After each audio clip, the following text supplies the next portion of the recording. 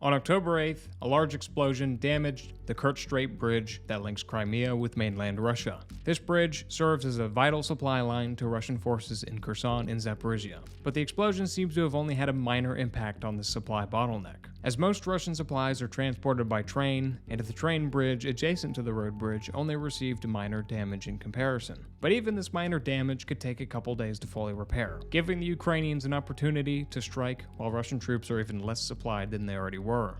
As far as who is to blame for the attack, the Ukrainians have yet to claim responsibility, but that hasn't stopped several intelligence sources from claiming that they were at least involved.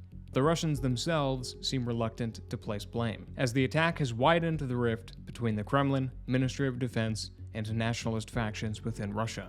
This mini political civil war sparked after the Kharkiv counteroffensive that saw the Ukrainians retake more land in 1 week than the Russians had taken in the previous 5 months. Chechen leader Ramzan Kadyrov and Wagner founder Yevgeny Prigozhin blamed the Ministry of Defense for the failure of the special military operation and called for more action and escalation from the Kremlin. This internal uprising, along with lack of manpower and equipment, eventually led to Putin ordering partial mobilization and increased production quotas, which for the time has appeased this militant nationalist faction.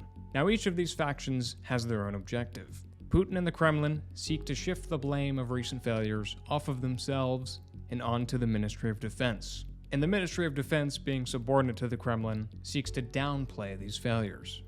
Now the nationalist faction, they seek a strong leader and a stronger military that can bring them victory on the battlefield to legitimize their claim that Russia is a strong and capable nation that will eventually defeat the West.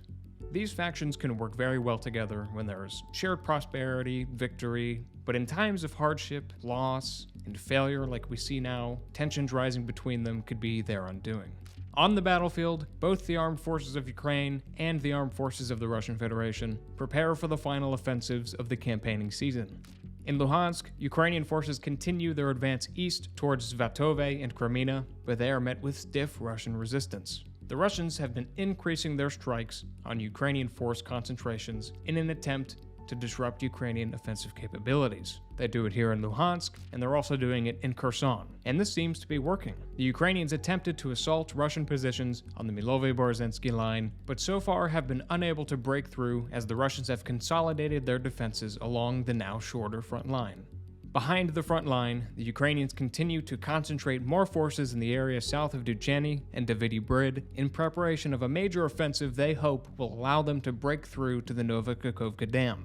But the Russians are also preparing for this offensive. Along with their consolidated front line, they are preparing additional lines of defense further behind, concentrated around Berislav and Novokakhovka. And breaking through these lines will certainly be challenging. Now, the timing of the Kerch Strait bridge explosion is important here, as the Ukrainians might be waiting for the Russians to run low on supplies before they launch major offensives in Kherson and Zaporizhia. But waiting could also come with risks, as winter approaches and the Russians become more entrenched in their new defensive positions. But even these risks could be mitigated by the Russians' inability to produce enough equipment for their soldiers, let alone be able to transport them. And with that in mind, this winter could be extremely difficult for the Russians.